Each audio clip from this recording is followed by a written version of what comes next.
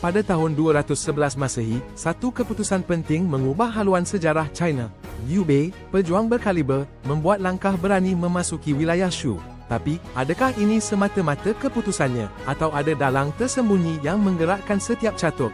Kong Mingzhuan membongkar rahsia yang jarang disebut dalam lipatan sejarah rasmi, satu cerita di balik takhta. Menurut catatan purba, Zhu Liang, penasihat utama Liu Bei, bukan perancang strategi biasa. Dia ada visi jauh. Ketika Liu Bei ragu-ragu menakluki Shu, Zhu Liang lah yang bijak menyusun hujah. Dia melukis potensi gilang gemilang, padamkan keraguan raja. Dari analisis geopolitik hingga sumber daya, dia gerakkan semua. Ini bukan paksaan, tapi kebijaksanaan tulus yang sukar ditolak. Hasilnya, Liu Bei berjaya menubuhkan kerajaan Shu Han menjadi salah satu 3 kerajaan paling berkuasa.